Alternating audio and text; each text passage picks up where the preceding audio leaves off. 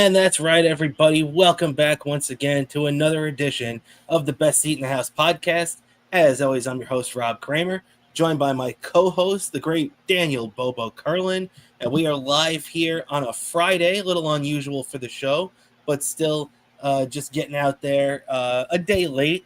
But luckily, we got plenty going on here in New York sports as the Mets are coming off a really bad day in Baltimore yesterday after the rainout. They had a great win on Tuesday, but could not sustain that for the rest of the series. And we're going to take a look at the Yankees, too, who had a really great week against the Seattle Mariners. But before we get into all that, Dan, how you doing today, buddy? I'm doing fine, and man, it seems like the time's gone by quick. I already received an email, the Giants, for free tickets for a training camp. So I picked up 2 tickets to 2 of the days for a Giants training camp. Time gone by quick. Did the Jets send you an email like that also, or because I have no clue if all NFL teams are doing this at the same time? I'm not sure. They might have, but to be honest, the Jets have been on my pay no mind list for the last few months. They are. If you know me, you know that I have still not forgiven the Jets for releasing Aaron Rodgers and Devontae Adams. I'm sure I'll get over it at some point, but I still have not forgiven them for that. So I guess maybe once they get a couple of wins under their belt this season, maybe I will, if that ever happens. But yeah, so to be long story short, not really sure about the Jets training camp situation, but that is due to kick off soon, just like you said. Within the next couple of weeks, we're going to be having our training camp notes and be doing our football prediction podcast. I can't believe it's that point already, Dan. We're already into just about All-Star Week, and then football training camp's right behind that. Yeah, I know it's hard. It's hard to believe. As I said, I just received an email for like the all the dates they're doing a training camp, and the free email. You have to like click on a link to claim the limited amount of free tickets they have to go be able to go see that. It's next door to where MetLife Stadium is for the Giants practice, and I'll be I guess I'll have photos because from past experience you're not allowed to film video, but they do allow you to take photos of training camp if you've attended. You know that, so you will get to see photos at least of from Giants training camp. You'll get to see photos on here because they allow photos. All right, that's cool. At least they got that going for them there. And yeah, Dan, like you said, training camp's right around the corner. But before we can even get into all that, we got plenty of baseball to talk about on today's show. As let's just start with the Mets, Dan, and we'll kick it off with that great win they had on Tuesday. It was they're down 6-2. Things were not looking good. Clay Holmes really cruised through those first 5 innings, but I thought one of the first in a series of bad decisions that Carlos Mendoza made in this Orioles series was leaving Clay Holmes in for too long. And I say that not looking at his pitch count, but I say that when he looked really good through those first 5 innings, but then after the first hit, I was willing to leave him when he started the 6th inning. He allowed a string of 5 consecutive hits to start that inning before Carlos Mendoza pulled him. And really, I think everything after the second straight hit, once the second straight hit happened, I would have been on that phone, calling the next guy in. But, Mendoza stuck with them a little bit too long, and that ended up burning them. But luckily for him, the Mets ended up waking up in the late stages of this game. And, Lindor and Alonso coming through those 2 big home runs. Yeah, that was big. And then I swear that game, my sister was checking if I was okay because she saw me literally fall off my seat when I went nuts during that game. When Alonso hit that home run to tie it and stuff, like she saw me fall off my seat. It was one of those fall off my seat moments. Apparently it was a fall off your seat moment too for Steve Cohen, because you see after the Mets won that game too, Steve has been tweeting few and far between this year, but after that win, he even went out and tweeted referring to Soto, Nimmo, Alonso, and Lindor as the Fab Four. Yep, exactly. So that was a pretty big deal. But then the next day there was just a rain out, so of course I went through my backup. I I watched an episode of Mystery Science Theater 3000 during the rain out. The day that game was rained out, I watched. I've been known to do that during rain delays. I'll watch a random Mystery Science Theater 3000 episode. That's what I did. Well, that's a better tradition than watching an episode of MASH, like they usually would have us do. But before we move on to the rest of that series, though, Dan, I did want to ask your opinion on this because I just referenced the Steve Cohen tweet where he called the Mets uh, big boppers at the top of the lineup if you want to steal a Fran Haley line. So if you want to refer to those guys as the Fab Four, that's fine. But when you call them the Fab Four, when you say that nickname, what's the first thing you think of, Dan? The Beatles. To see, for me, it was the same thing. Everybody else is talking about the college basketball team from the late 80s and the early 90s that everybody referred to as the Fab Four. But for me, it is and always will be the Beatles. That's ridiculous. I heard people, not even bring the Beatles up when talking about the Fab Four. They're the original Fab Four. Yeah.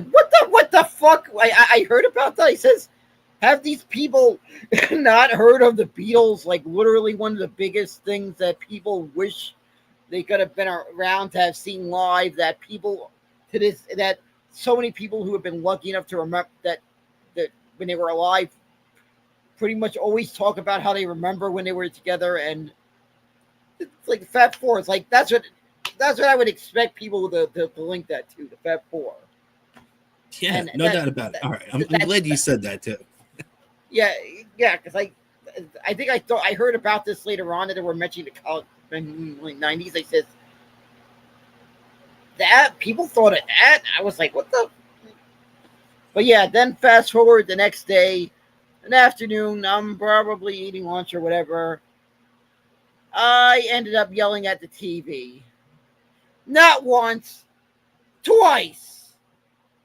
Yep. It was definitely a yell at your TV kind of day. And I said, going into the game, they badly had to win that first game because I felt like they had no pitching the second game.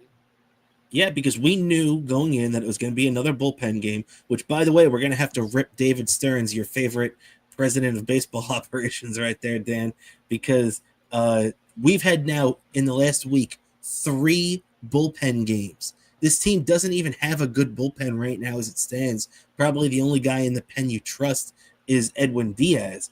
And we have now had 3 bullpen games in a week. What are they doing? This is so ridiculous. How did they put themselves in a position where this is something they've had to resort to, where, a bullpen game is something that you should have to resort to, unless you're an outlier like the Dodgers last year, where they just had a good bullpen, or I'm sorry, they had an amazing bullpen. So it didn't matter. They could, run a bullpen game out there once a week if they wanted to. The Mets are not in that position. They don't have that type of bullpen. They don't have that kind of depth. You see the guys they've been running out there, like Richard Lovelady, who stinks. How is that guy still in the team? He's terrible. Rico Garcia actually pitched good, and Rico Garcia got the boot. He got DFA'd today. So that guy is gone after what he threw, like 4 scoreless innings here for the Mets in his 2 appearances. The guy was pretty good. Now, hopefully nobody claims him and we can hold on to him. But, that's a crapshoot at this point. And, you see the other stiffs they've been running out there, like that guy Waddell. As soon as I saw they were starting him yesterday, I knew it was over. They got these guys in the minor leagues, like Sprout pitching really well, Jung in Double-A pitching really well. And, even that kid Nolan McLean had his best start at Triple-A over the weekend, earlier this week, when he struck out 10 batters in 6 innings. The guy looks great at AAA. You're telling me that you couldn't have given that a shot with the big league ball club at some point this week? Give me a break. Against the Orioles, it's just ridiculous, Dan. They don't want to run. I understand not running young pitchers out there to get their brains beat in over and over and over again. But for a spot start, or a spot start or 2 over the course of a week, that they would have needed to use a couple of these guys or just one of these guys. It seems like it's a very questionable move that they didn't at least bring up one of these guys to fill in one of these games where they wasted the bullpen away. Yeah, it's ridiculous. And I feel down the stretch run, David Stearns needs to wise up and bring one of these guys up, without a doubt. Because I feel Yeah, well, gonna especially if that's they gonna need be it, you know. Yeah. it's gonna be the key thing down the stretch is the pitching, and they're gonna need to bring up at least one of them. At Well, least one let's of them. hope not.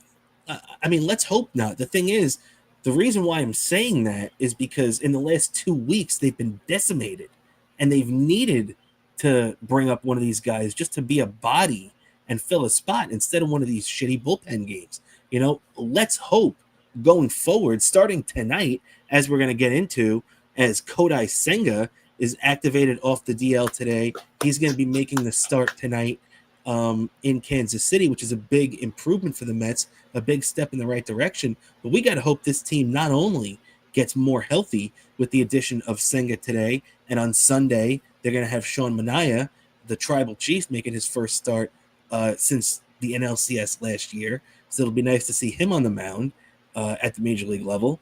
And, they have to add to that too now. I mean, let's hope that the big thing that we're not keeping our fingers crossed at the end of the month is Tylor McGill. I was thinking his brother Trevor. Tylor McGill coming back at the end of this month. They better be adding arms to this, from outside of the organization, because they're not only going to need a starter or two, they're probably going to need 2 bullpen arms as well. Yeah, and they better bring in a real starting pitcher. That's all I got to say. They better bring in a real guy, not some guy that's been bounced off the road, never thrown this many innings before. They need to bring in someone who can handle this. They need a horse, right? They need like a guy that you can just go out there and every single time out, this guy is going to at least give you 6 innings. Yeah, that's what they need. They need a horse. Yeah, they need a guy like that they can just, depend on. And unfortunately, right now, they don't have that guy. The only guy that they did have that, and that's another thing that I did want to, knock Carlos Mendoza for. Look, I'm not sitting here and asking for Carlos Mendoza's job. Overall, I like Carlos Mendoza, but you have to criticize when you see bad moves being made. And I'm sorry. I'm sorry. Carlos Mendoza has had a terrible week in regards to managing his pitching staff and the bullpen specifically when he goes to it too often. Well, see, the thing is, though, we knocked him for Clay Holmes and not going to them fast enough because, look, let's be honest. Clay Holmes is in a different stratosphere than David Peterson. David Peterson, you could argue, over the last calendar year has been one of the 10 best starting pitchers in baseball, especially with his ERA. His ERA has been out of control. One of the best in the league. You could make that argument. You can't do the same about Clay Holmes. Clay Holmes is a 5-inning pitcher. We know that at that point. I have argued in the past for him to try to break beyond that, but the Mets have showed, a reluctance to do that. So I don't understand why sometimes you're saying to yourself, okay, let's push this guy. Other times you could see the writing on the wall once he allows the leadoff hit. And then the following hit behind that, you should be able to see the writing on the wall. With David Peterson, it's a different story. He's cruised into the 8th inning. He allows a leadoff single at 90 pitches on the dot. And you don't even hesitate to walk out of that dugout and yank David Peterson out of the game. I just didn't understand it, Dan. I thought it was way too quick of a hook, and then beyond that, to go to Ryan Stanek, the first thing they're going to do is go to the lefties off the bench. They have 4 lefties on the bench because they had a very righty-heavy lineup with David Peterson on the mound. So as soon as you bring Ryan Stanek in, they're going to the lefties. That's why you have to bring in a pitcher that performs well against lefties, who, as much as I've been annoyed with him at times, that's Reed Garrett. So that's the guy you should have brought in if you were going to run to the bullpen. But my whole point with this, Dan, before I pass it off to you, and see what you were thinking. Is David Peterson, you can live if he goes out there and gives up the go-ahead home run. It sucks. You'd be really annoyed with the way he pitched if he gave it up. You can live with it though because David Peterson got you there. So, okay, whatever. It's annoying, but that's what the guy's going to do. If it got to the ninth inning and the Mets were up 1-0 and Edwin Diaz blew the game, which would have been the first time all year he blew a game, you know, it would have been annoying, but you could live with it because it's something that you couldn't have argued with. Okay, David Peterson got you through 8 innings. You take him out. He's probably right around 100 pitches. You pass it off to Edwin Diaz. He blows it. Nothing else he could do. When you step in the middle of that and create, in the middle of that handoff, you jam in Ryan Stanek, who is going to throw gasoline on that fire. You're blowing the game. And I just didn't understand it, Dan. And I can't live with it when it's Ryan Stanek giving it up. But the other two guys I could have lived with. With Ryan Stanek giving it up, I just couldn't. And I don't even blame him for it. I blame Carlos Mendoza for putting him in that position in the first place. Yeah, exactly. I knew it was a dumb decision. I said, "Oh my God, are you fucking kidding me?" And that happened, and you could hear me yell. You could hear me yell that out. Like I was like upset. I was upset. I don't know how my TV survived, but it did, and it survived that and the second game. Somehow it survived. Somehow it did. That's true. And but it's not going to get any easier for the Mets, though. We'll talk about that in one sec. I did want to give credit to David Peterson, who was named to his first NL All-Star team this year. The Mets do indeed get their fourth National League All-Star to this team. Juan Soto, still the biggest snub, though. Still can't believe that he didn't get it. But, when me and you were originally talking about this a couple of weeks ago, how we couldn't believe that Acuna was leading and everything, I really didn't even consider the fact that they were playing the game in Atlanta. So they're going to shoehorn Acuna in there one way or another. His back locked up on him the other day, so he sat out of the lineup. So a lot of people were holding out hope that maybe he's going to drop out of the All-Star game. But I'm telling you right now, Dan, there's a 0% chance he's dropping out of that All-Star game. It's in Atlanta. He's the main guy there, and he will be there. So whether we like it or not, Acuna is going to stay in, which unfortunately probably means that Juan Soto, because an outfielder specifically would have to drop out for him to be added to the team. Doesn't look like that's going to happen right now. So unfortunately, Soto, his first year as a Met, on the outside looking in, and that's just ridiculous that he's not there. Yeah, just other ridiculous, but that's how it is. And Soto's just gonna be this vacation. Hopefully, doesn't do too much. Maybe if you're gonna order just unlike 2006, you got Uber Eats now. It's true. That's true. Yeah, so I think if we had Uber Eats in 2006, the Juaner Sanchez wouldn't have been injured. Well, that's true. He wouldn't have been running out at 3:00 in the morning in Miami to get food. So that's another that's another tale for another time, though. But then, unfortunately, though, we got a couple of guys who weren't running out to get Dominican food at 3:00 in the morning, and they still ended up on the DL. And that's Starling Marte and Jesse Winker, both guys who were penciled in as the DH coming into this year, are now on the injured list. Now, Starling Marte, we already knew, as just a couple of days ago, he had a knee injury that flared up, where you could see he was clearly favoring his knee at the end of the game. You had a feeling that with just the last couple of games remaining prior to the All-Star break, they would just DL him or IL him, whatever they call it now, and just not even risk it and just let him heal and come back in the second half. And I think that's the same thing they're basically doing with Jesse Winker too, Dan, where he had his back tighten up on him the other day. I think the Mets just said, you know what, let's not even risk it. Let's just send him to the IL. We'll take care of it and activate him for when we get back from the actual from the All-Star break. So I I think it's probably overly cautious in the case of both guys, but I don't mind it because for us right now, Dan, the main thing is getting these guys back healthy for the second half.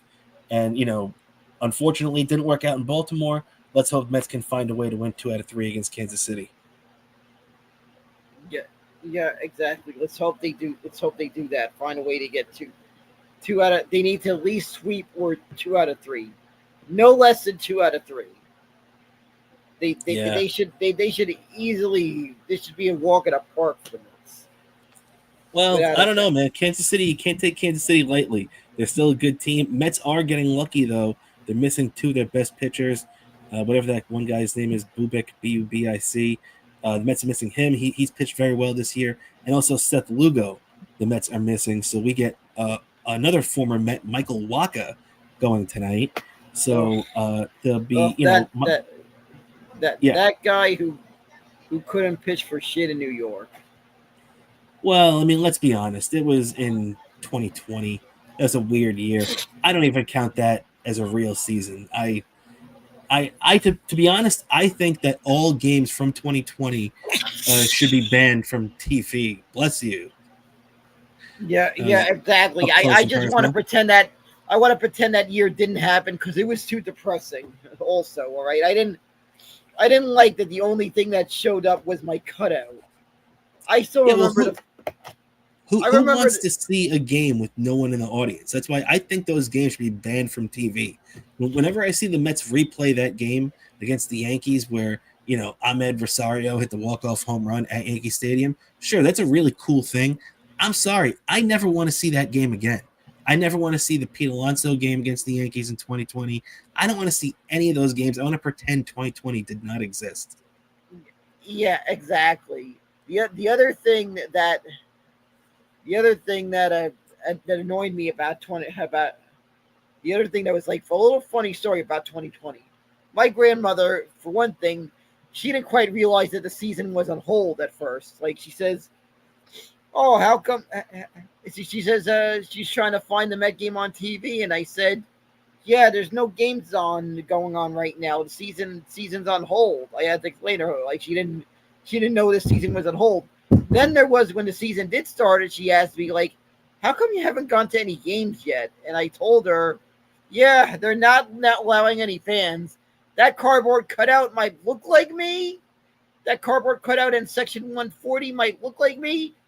It ain't me. It's a cutout of me, even It's though it not the might look same. like me.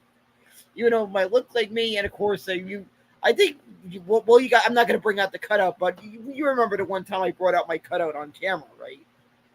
Yep, I remember that. Yep, He made his I debut on the show. yep, I still got the cutout, and it sits on a Shea Stadium seat now. Very cool, as it should.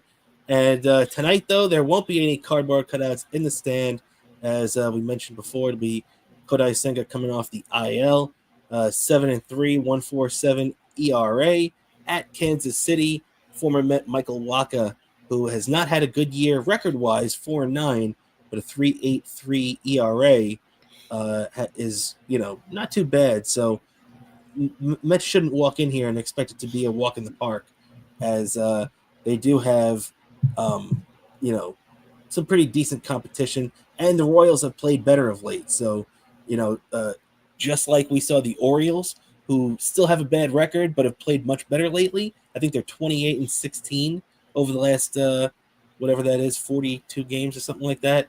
The Royals have played much better of late as well. Yeah, exactly. And I feel like even these second division clubs, they cannot take these opponents lightly. They need to take this seriously. They need to go all out, win, maybe take advantage of maybe some pitchers that starters that might have a lot of days off because of the All-Star break. Bring them in. Do whatever you can to get these wins in. They need to take 2 out of 3. Set themselves up nice going into Yeah. the beginning of the second half of the season. Which, by the way, the beginning of the first, I'll be at 2 of the games of that homestand. Yeah, And against the Cincinnati Reds at home. That's the weekend they'll be retiring David Wright's number. So Bobo will be yep, there in full force. yep, exactly. I'm also going to be going to the homestand after that because I want because I'm trying two of the games at home because I'm trying to increase my chances of maybe getting a B there when Pete Alonso breaks the Mets all-time home run record. I'm Yeah, trying to. me and you were talking about that about a month or so ago when we thought that home run was going to happen. He did go into that little bit of a home run slump where I think it was like 56 or 57 at bats where he didn't hit a home run. So that definitely delayed it a little bit. It's probably not going to be in that Cincinnati series now, but he's closing in on it. He's only 6 away from breaking the record, 5 away from Yeah, tying yeah, it. yeah, yep. And it's gonna. I have to admit, it's gonna be a little bit of similar that it's gonna happen. It could happen during a road game in the West Coast when who knows how many people are gonna be up watching it. But I'll be happy as long as Gary, Keith, and Ron get to call it. That's true, and we'll have to see how they work that out. But it all starts. We'll see how Pete fares in the next 3 to see where the home run chase lies going into the All-Star break. Maybe he drills a couple this weekend and cuts that number down a little bit. But either way, it's going to be Kodai Senga Waka tonight at 8 o'clock. So with that, let's move on to the Yankees, Dan. And the last time we saw the Yankees, they were spiraling.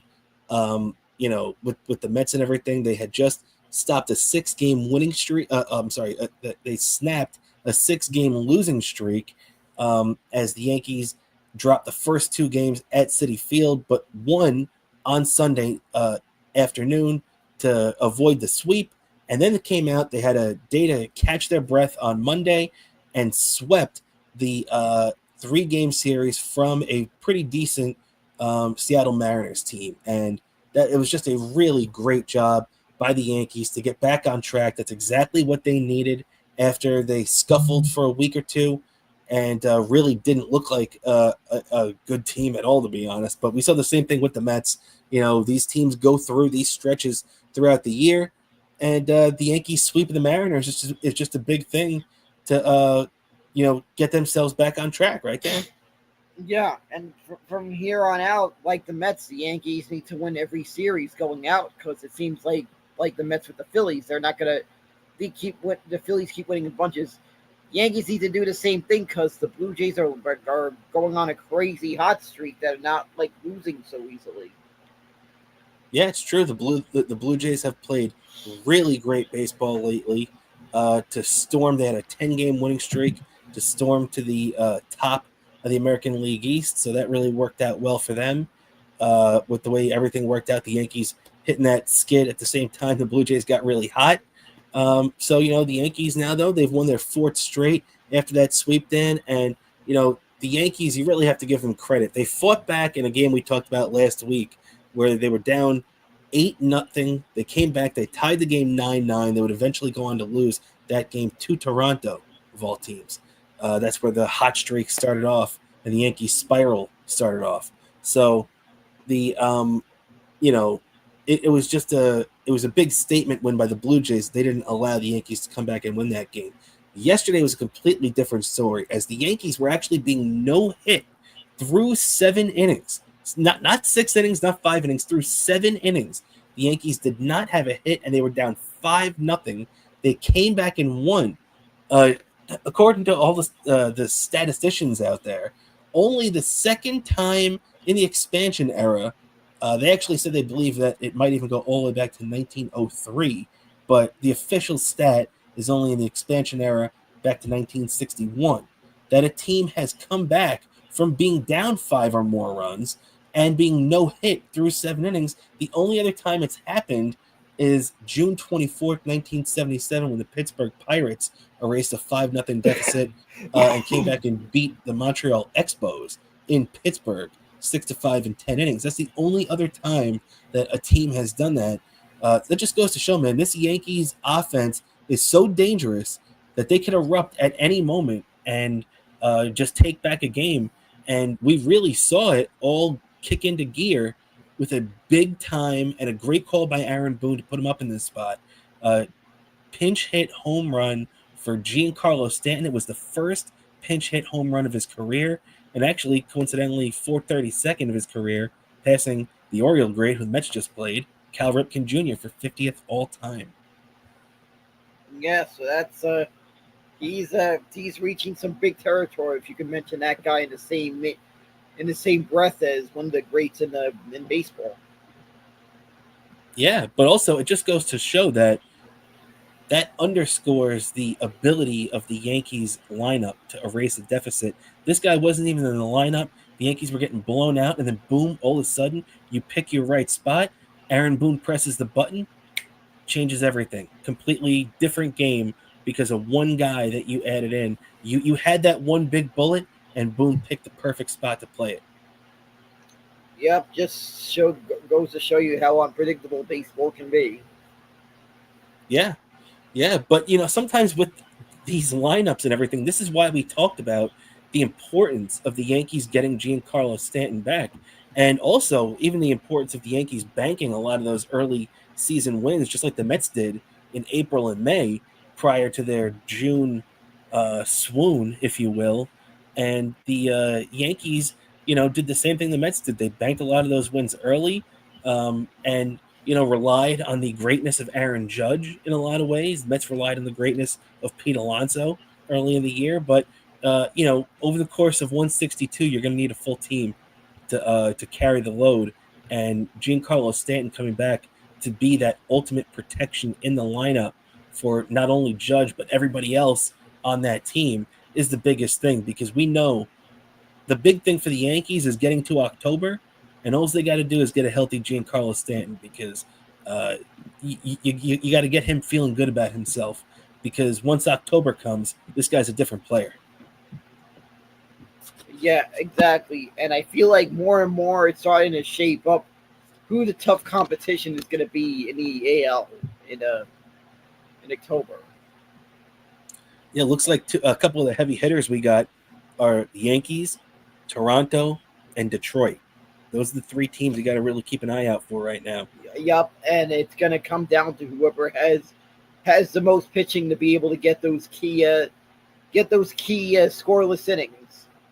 Yeah, and of those teams right now, the team that has the best pitcher is Detroit with Tariq Skubal, the left-handed ace for them. So it's going to be interesting to see if they can add to that at the deadline as well. They got a couple of young kids on that rotation as well. But I do want to also give credit to another guy, Dan. We talk a lot about um, the greatness of Aaron Judge. We talked about the importance of Giancarlo Stanton.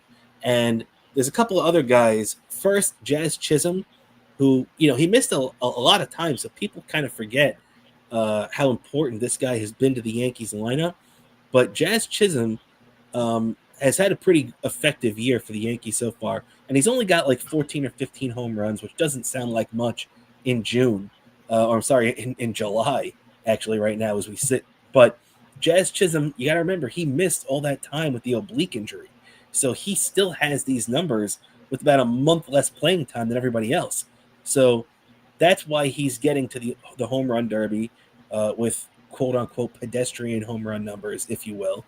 But Jazz Chisholm is there, but he's the first Yankee to agree to do the home run derby since Aaron Judge and Gary Sanchez both did back in 2017. So especially with no Pete Alonso there this year for the Mets, at least we got a New York guy there to represent a little bit, right? Yeah, and I feel like this one's going to be a very unpredictable home run derby. Who, who, who's going to win this? And I was surprised to see Chaz Chisholm of all people take part in the home run derby. I would never expect that. Yeah, But so it's pretty somehow, cool. Yeah. so we'll see how this home run derby turns out. One of the things that, of course, I'm bummed out about, even though I understand, and maybe I applaud Pete's decision to not take part in the home run derby, even though he was offered to do it. I feel I kind of bummed out because usually I know the Mets run a promo like 50% off tickets if Pete wins or something like that. I'm not going to be able to. We're not going to be able to get that benefit. That's of that. true. And unless you want to go to Yankee Stadium for some games, maybe they'll be giving some kind of ticket offer for a Jazz Chisholm one. I don't think I'm going to be interested in that, but I'm sure some Yankee fans will benefit if there's any ticket promo, depending how well he fares in a home run derby. But I can tell you in the past when Pete's done that, There was even one time when he won the home run derby, I maybe bought a bunch of tickets because of that discount. I think there was one Yeah, time I was sitting. There was one time I was sitting in the lower bowl, paying for what I usually pay to sit in the upper deck of the stadium, to sit in the promenade. I'm sitting in the lower bowl for what I would pay for that. Like I'm usually sitting in the upper deck stadium for like $25, and some of the games I was sitting in like the lower bowl for $25 because of that promo code. yeah. So hey, you got to take advantage of it while you can. The Yankee fans will probably do it, and let's see. And we got one of our fans hanging out in the chat saying that his prediction is that Yankee gonna cranky. So all right, I like it. What do you think, Dan? Yeah, that's a good one. That's a good one. And I'm having a little Beavis and Butthead moment, knowing what that also means. All right. And Daniel with the Derby discount. Thanks for hanging out with us, Cracker Barrel Kid. Yeah. With the Derby discount in the past, not this year, because there's no Met take part Of in the home run course. derby, there's no Cool. crazy, there's no promo like that. But if there was, I'd be taking advantage of it for sure. That's right. And real quick, Dan, I did want to give a lot of credit to another Yankee in this Yankee lineup, uh, Cody Bellinger. I was looking at a whole bunch of Yankee stats earlier, and I realized that Cody Bellinger was the first Yankee with multiple 15-game hitting streaks in a season since Derek Jeter back in 2012. So even with Judge hitting 360 this year, and the monster seasons he's had in the past, and all the great years from Yankees over the last 13 years of since that 2012 season, it's pretty crazy that Bellinger is the first to be as consistent so far. And that's over the first half of the year. Yeah, well, you got to give credit. That's a pretty. You've hit a pretty big stride the last couple of games. If you're mentioned in the same breath as like one of the greats for a lot of Yankee fans of a certain age, they Jeter's like one of the biggest names they knew growing up. So to see that that's a good thing if you're mentioned in the same breath as Jeter. Yeah, you're right. You're right. And so congratulations to him. We all know what it means to be a Yankee to him too. Is his dad Clay Bellinger won a couple of championships with the Yankees back in the late '90s and early 2000s. So Cody Bellinger playing very well, and not even as well as he can. If he had the type of year that he had with the Cubs 2 years ago, man, Yankee fans would be screaming to re-sign this guy right now. Because remember, he can opt out at the end of the year too. So it's going to be interesting to see how the Yankees can handle that, and how he even plays over the second half, to see if people are going to be clamoring for that in the first place. But before we get to all that, though, Dan, tonight it all starts for the Yankees going into the second half. It's their final 3 games as they're playing the Chicago Cubs. Always interesting when these two teams match up, as very rare. When these two teams played for the first time, I think in 2002 or 2003, it was the first time since in the regular season, but it was the first time since the 1932 World Series that these two teams had met. So there is a storied history between these two teams. And Yeah. And I'm seeing these stats on the screen. Are my eyes joking me? The same Chris Flexen that gave me headaches during his Mets days is a 5 yeah, and I 0 was with the 0. The guy that was a mediocre reliever on our team is that doing is true. this. I was gonna say this, Dan. Yes, as you can see, the Yankees are facing the Cubs tonight at Yankee Stadium, and the Mets are facing a former Met in Michael Waka. The Yankees are also facing a former Met, Chris Flexen, like you said, Dan. But you have to remember, this is not his first time back in the big leagues since he was a Met. He was a pretty decent relief pitcher with the Seattle Mariners, and then last year he actually had an awful year with the Chicago White Sox. He went 3-15 with that team that was the worst team of all time last year, record-wise. And so now he comes to the Chicago Cubs, and he's actually been very good. He's been a relief pitcher, so these numbers have been kind of abbreviated. He didn't even start the season with the Cubs. He came up uh, shortly after the beginning of the season, and Chris Flexen has done very well. But this has been out of the bullpen, and this will be his first start. So I believe this is an opener type situation for the Yankees right now. And the Yankees' newest All Star, Carlos Rodon, is on the other side tonight. It takes his 9-6 record with a 3.30 ERA into this game tonight, and this is a big start for him too, as he got knocked around by the Mets in his last start. Yeah, exactly. So it's a key start for him. That's going to say a lot of what the Yankees need to do at the trade deadline, and and I could see this game maybe being a low scoring, probably a 5-3 game. Well, it depends. It's Either going to be direction. interesting to see how long they allow Chris Flexen to go. Flexen, like I said, he's only appeared in 17 games this year, none as a starter. This will be his first start, so it'll be interesting to see the leash they have on him. My initial thought is probably that it's either going to be 1 or 2 innings. I doubt it'll be much longer than that, which means that the Yankees have to take advantage of this Cubs bullpen.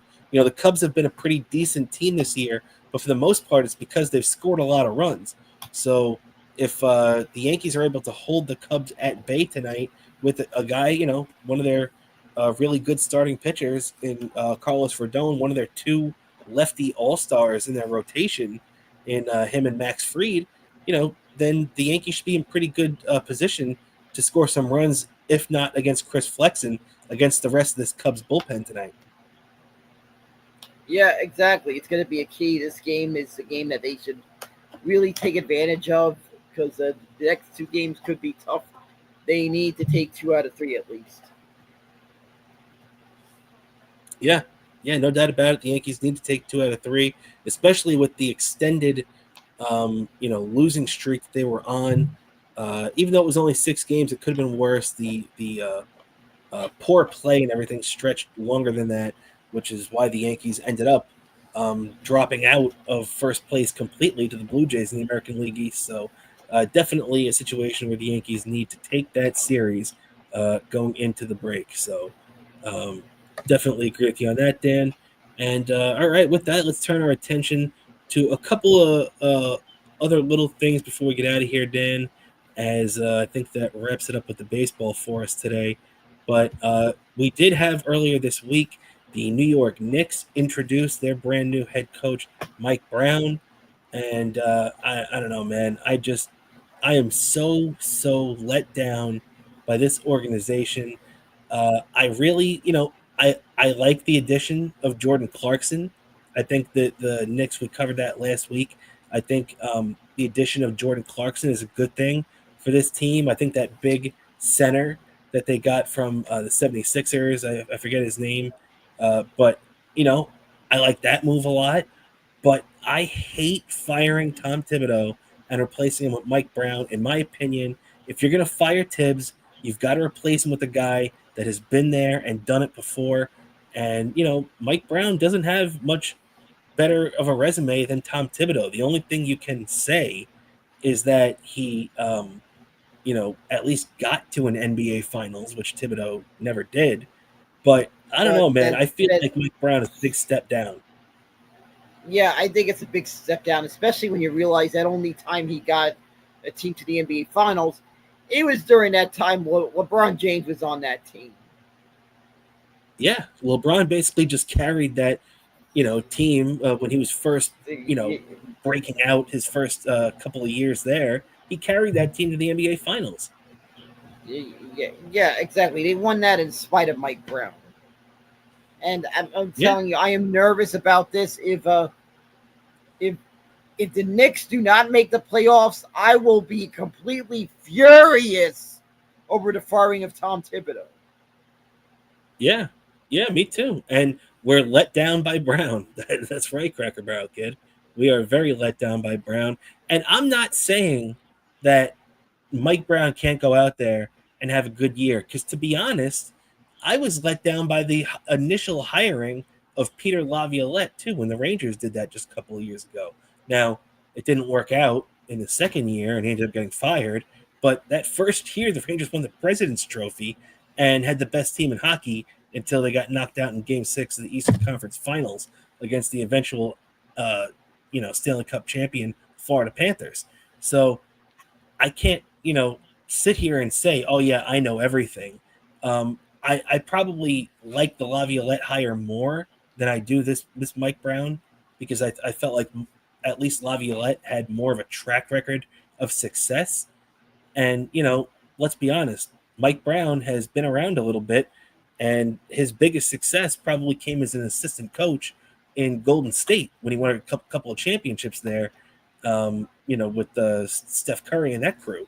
So, and how much of a role did Mike Brown really play in them winning that? Let's be honest. You had a collection of some of the greatest players of all time on that team. Yeah, exactly. And I can tell you, I hope that I can shoot my words on this, and that next year we're we're at a parade. That's all I can tell you.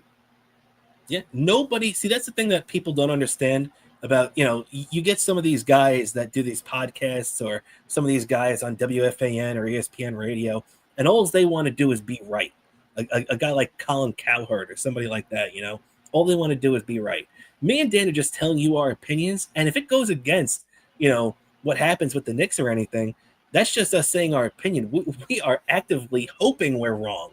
I hope Mike Brown wins the next 3 NBA championships, and me and you have to sit here and give a big mea culpa to Mike Brown and sing his praises. There's nothing would make me happier. Just like last year when Carlos Mendoza came in, me and you weren't really too blown away with his hiring. We were willing to give him a chance, but we weren't blown away by it. And the guy ended up coming out and proving himself. So even though we're sitting here criticizing him a year later for some poor decision making mid-season, we still overall like the guy. And hey, it just goes to show that all you got to do is prove yourself, and we'll accept you. So Mike Brown can still be accepted by us, but just on the onset, I'm not impressed. Yeah, exactly. I'm not impressed at all by Mike Brown, and I hope it proves us it's we're proven wrong, Yeah, and I'll be able to really say that we were wrong, and say we were wrong in the biggest way. There's a picture of us at the Canyon of Heroes. you got that right. And we'll be standing right next to Mike Brown if that happens. I'll be happy to take my picture with him as the championship head coach if that's the case. But we got a long way to go until that's the case for the New York Knicks. Let's hope a couple more roster tweaks along the way, too. I'm a big fan of the 2 guys that we added so far, but I think a little bit more tweaking is necessary. There was a report earlier that Giannis was pushing, but I don't know if that's going to happen. The Knicks don't got the cap for that, but that we'll discuss that at another date, another time, hopefully when it's a little bit more relevant. But one more thing that we want to get to before we get out of here, Dan, is that there is another report that came out this week indicating that the Rangers are not looking to move Mika Zibanejad, which is very interesting because it would free up a lot of cap space for them, as he is due 8.5 million over the next 5 years, so he's still got a lot of time left on that contract. But the Rangers are not looking to move him. It looks like they're probably going to want to play him on the wing, because right now, as it stands, he would probably be your third line center. And I don't know if you want to pay your third line center $8.5 million. They're probably going to use him as a right wing, which makes a lot more sense. Stick him on that top line with JT Miller, who he seemed to mesh with very well last year. And you could have your choice who you want on the left, either Lafreniere or Panarin. But either way, Dan, I think that's that's a good move.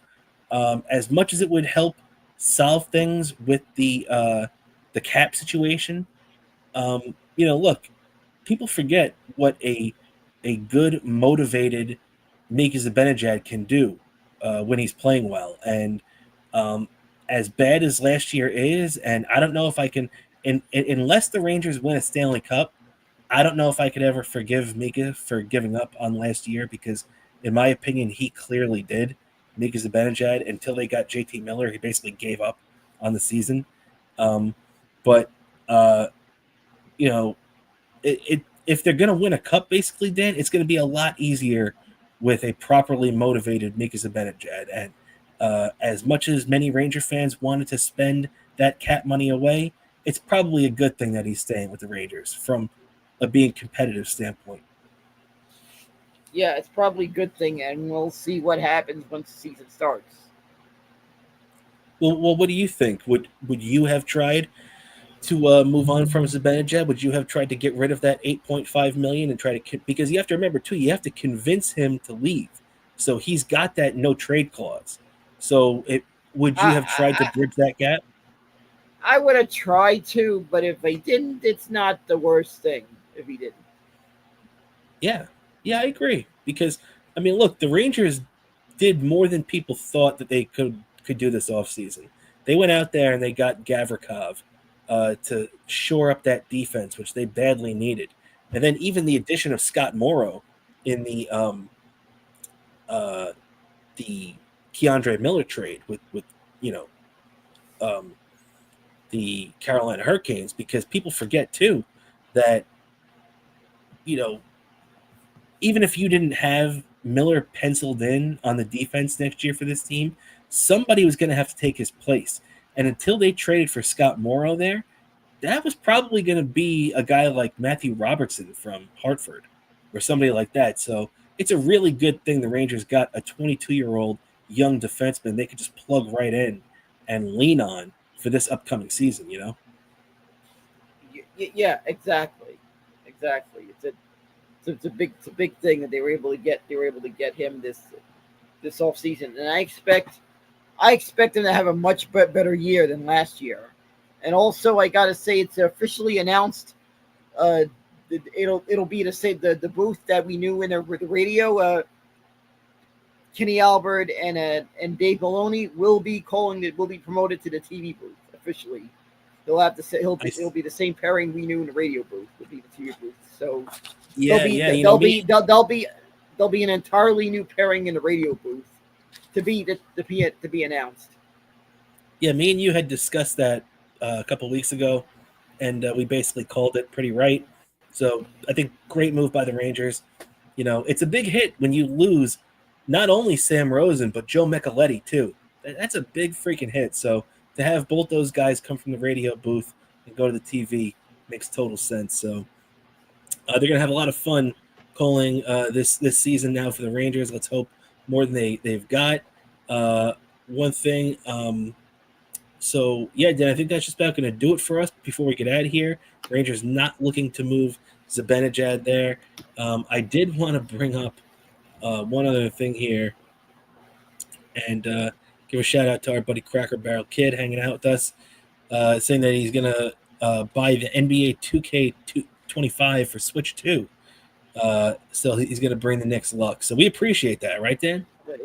Yeah. Hopefully you bought a brand new copy and not a secondhand copy, because I'm hearing that dumb shit Nintendo is doing for people that bought secondhand copies. You heard about this? They're banning. No, what do you mean from secondhand? Did it just come out? No, but people are getting their Switch account, their Nintendo account suspended for playing secondhand copies. The games. What do you mean? Like they if it's a hack? No. Like, let's say you got a used copy. You know, like someone was playing the game, they beat it, they gave it to you. Oh, I see what you're saying. So if multiple people are using that same copy of it. Yeah, that same cartridge, whatever. Wow, that's interesting. Well, why would Nintendo decide to crack down on that? They usually been pretty cool about that. I don't know why. I've been hearing that. I've been hearing that's been going on. People are ripping them, and Nintendo can tell somehow. Interesting. Thank you for the update, Yeah. Cracker. I don't know, some shit. Nintendo are like hawks. Man, Nintendo's cracking down. Nintendo's like the Yakuza right here. All right, I like that Japanese reference right there. Yeah. It makes it. Nintendo can be like. I hear Nintendo can be like the Yakuza Sometimes I hear. At least that's what I hear. I don't know. I Well, personally don't have a Nintendo Switch. I'm hoping to get a PS5 one of these days. Hopefully the price goes down. Hopefully I'm getting it early enough so I can get GTA 6 if we ever get GTA 6, because we know how that's going to happen. I pretty much you pretty much saw me post on Twitter saying we're going to get the Mets winning the World Series before we get GTA 6, and I stand by that statement, by the way. well, you're probably right about that. You're probably also going to get a new baseball team in Las Vegas before that happens too. So that's not due to happen for at least another 2 years. Yeah, we're probably also going to get Winds of Winter before we get GTA 6.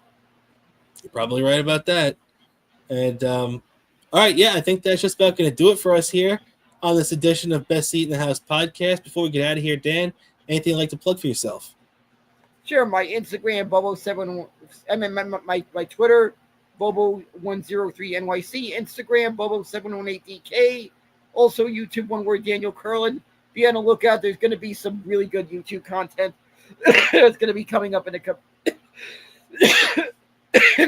coming weeks. In the coming weeks, and you guys will get 1 week early access to it when it's on there. So be on the lookout for that. Also, don't forget Trackside Minute. There's a new Trackside Minute uploaded there. And there'll be a new Trackside Minute uploaded after sometime after I've watched the very next race on Sunday. You get that if you subscribe to our Patreon. And don't forget Patreon. It's only $5 a month to support our Patreon. Of course, of a round trip on the subway. Not bad of a deal. So subscribe to our Patreon today. Help support our show. And if you're already subscribing to our Patreon, big thank you, and hope you continue to subscribe to our Patreon. We appreciate our Patreon subscribers. That's right. And there's going to be a big block of Trackside Minute on Patreon this weekend. So make sure to keep your eye out for that, as we got that coming up. So also, like Dan said, check out the Patreon, patreon.com/Best Seat in the House podcast. Thank you, everybody, for hanging out with us here on this Friday evening. As we get to special shout out to our buddy Cracker Barrel, as he says to us, "Good show, gents. We appreciate it." Thanks for hanging out with us here, right, Dan? Yep, exactly. Thank you, Cracker Barrel Kid. Yep, and I kind of had to admit, that's maybe one of my staples to eat breakfast at on the road sometimes, on road trips. Oh, no doubt about it. No doubt about it. You got to hit the Cracker Barrel. 100%. So thanks for hanging out with us here. Thanks for everybody else for hanging out who's not watching it live with us. And we will be back with you on Patreon on Sunday for our regular show. But like always, we will be returned to YouTube next Thursday at 7 p.m. for our usual show. It was a little bit later this week because we were both pretty pissed off at the Mets yesterday following their doubleheader sweep. But back, same time, same channel next week. Thank you once again, everybody. For my co-host, the great Daniel Bobo Curlin, I'm Rob Kramer. This is the Best Seat in the House podcast, everybody. We'll catch you next week. Have a great weekend, everybody. That was a great show.